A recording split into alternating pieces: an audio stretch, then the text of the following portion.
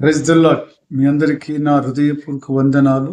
మన ప్రభువైన యేసయ్య కృపలో అనుదినము నూతనమైన వాగ్దానముతో మనమందరము కూడా సంతోషంగా ఆనందంగా ఆ జీవాధిపతి రాజాతి రాజైన యేసు యొక్క కృపలో ఉంటున్నాము కదా.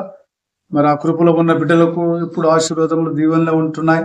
ఆ కుటుంబం చుట్టూ ఆయన క్షేమము ఇప్పుడు ఎల్లప్పుడూ నిత్యము కృపాక్షేమములు మనతో తోడుగా ఉంటున్నాయి. కాబట్టి మనందరము కూడా నమ్మిన దేవుని విడవక ఎడబోయక మనము ఆయన చిత్తములో ఉండే పిల్లలుగా ఉంటున్నామంటే ఆయనే మన జీవగల దేవుడు. మనందరితో మాట్లాడుతూ మన ప్రార్థన ఆలకించున్నాడని నేను నమ్ముచావా?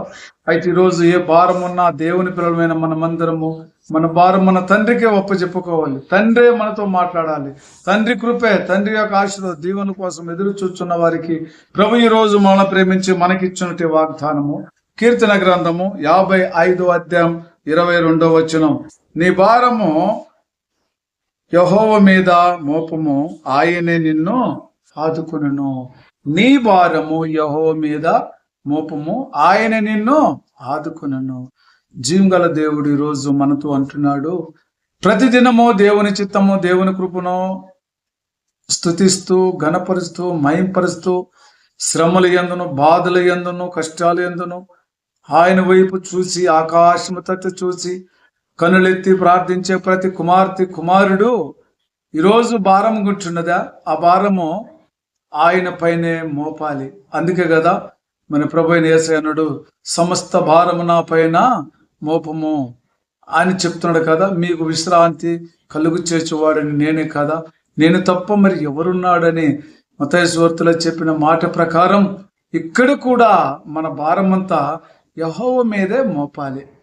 కాబట్టి ఆ విధంగా తండ్రి పైన మనం భారం మోపాలంటే మనము ఈ లోకములో ఆయన వర్తమానమైన సువార్తను మనము ప్రతిదినము చదివి అనేక జనులకు అందచేస్తూ వారి కుటుంబాల చుట్టూ బంగారు కంచె కట్టమని ప్రభునామములో పేర్కొంటూ ఈ బాధ్యత కూడా ప్రతి ఒక్కరికి కావాలి కదా. మరి నీ కుటుంబంలో నువ్వు ఉంటూ నా కుటుంబంలో నేనుంటూ మరి దేవుని నామం మహింపరచాలంటే ఎవరితో అవుతుంది? అందరము ఆ ప్రదేశాలలో దేవుని వర్తమానములను ఆ భారము కూడా మన పైన మన భుజముల పైన వేసుకొని మనం మొయ్యాలి.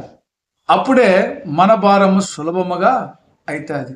కాబట్టి ప్రభు ఎందుకు ఈ మాట్లాడుతున్నాడంటే ఈరోజు అనేక శోధనలతో భరించలేక రకరకాల విధములలో మరి ప్రపంచములో ఉన్న ప్రతి ఒక్కరు కూడా ఎవరికి చెప్పుకెళ్ళని పరిస్థితులలో జీవిస్తున్నారు.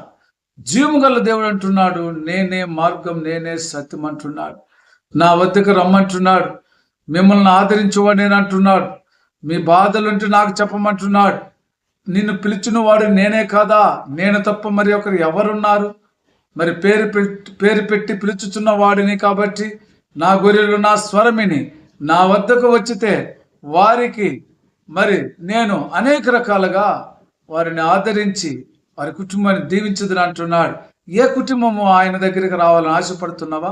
అయితే ఈ సమయంలోనే నీ యొక్క హృదయమును దేవునికి సమర్పించు, ఆయన నామాన్ని ఘనపరచుకో, సమస్త భారమును ఆయనకి ఒప్పజెప్పు.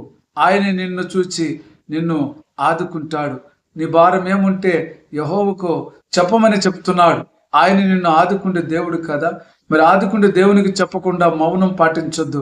ప్రతిదినము నువ్వు దేవునితో మాట్లాడి ఏదైతే నీ హృదయంలో నీకు నొప్పిగా ఉంటుందో ప్రతి నొప్పిని యేసయ్య నామానికి ఒప్పజెపితే యేసు ప్రభువారు ఆ నొప్పిని తగ్గించి నిన్ను ఆదరించి మరి తన రెక్కల కింద ఉంచుకునటానికి ఇష్టపడుతున్నాడు కదా.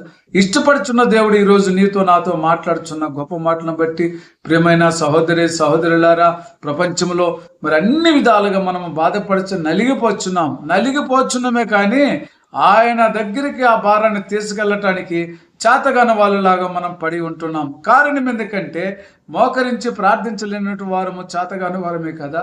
ఆయన ఆస్తులు అంతస్తులు ఇవ్వమని కోరే దేవుడు కాదు, కానీ హృదయమును కోరే దేవుడు. కాబట్టి మన హృదయమును శుద్ధిగా ఉంచుకొని దేవుని నామముకు మయంపరుచుకుంటా మన భారమంతా నా మీద ఏమంటున్నాడు, నీ భారము నా మీద వేసి సులభంగా నువ్వు ఆరాధించుతూ స్తుతించుతూ నా నామమును ఘనపరచుతూ ఈ భూమి మీద నేను వచ్చేంత వరకు కొంత సమయమే ఓర్పు సమాధానం నెమ్మది కలిగి ఉండమంటే మరి అధికమైన భారముతో తూగుతూ ఉన్న మన జీవితములలో మరి ఆయన అంటున్నాడు, శాంతి సమాధానం మీకు అనుగ్రహించి వెళ్ళొచ్చున్నాను, నేను వచ్చేంత వరకు మీరు మరి నన్ను స్తుతిస్తూ గణపరుస్తూ మయంపరుస్తూ ఉండమని, ఏదైనా భారం ఉంటే నా పైన ఏమని ప్రభువైన యేసయ్య ఆ లోక భారము తన భుజము పైన వేసుకొని మోచిన వాడే కదా.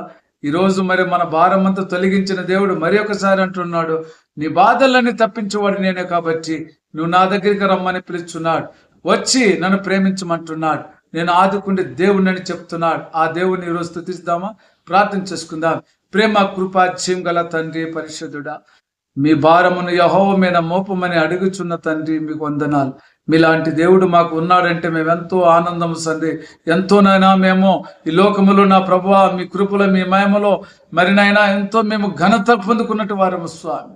ఎవరికి లేదో ఈ ఘనత నా ప్రభువా, ఏ పనికిరానట్టు వారికి మాకు ఈ ఘనతనిచ్చి మమ్మల్ని ప్రేమించి నీ భారమును నా పైన మోయమని వెయ్యమని చెబుతున్న నా గొప్ప తండ్రి నీకు స్తోత్రం నాయనా.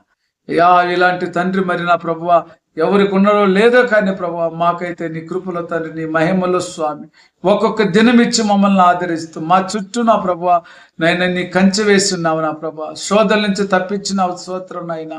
మమ్మల్ని ఆదుకుంటున్న గొప్ప దేవుడు, మంచి ఆరోగ్యం ఇచ్చినందుకు స్తోత్రం నాయనా.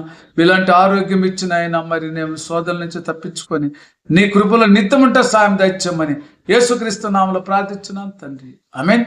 Praise the lord. God bless you.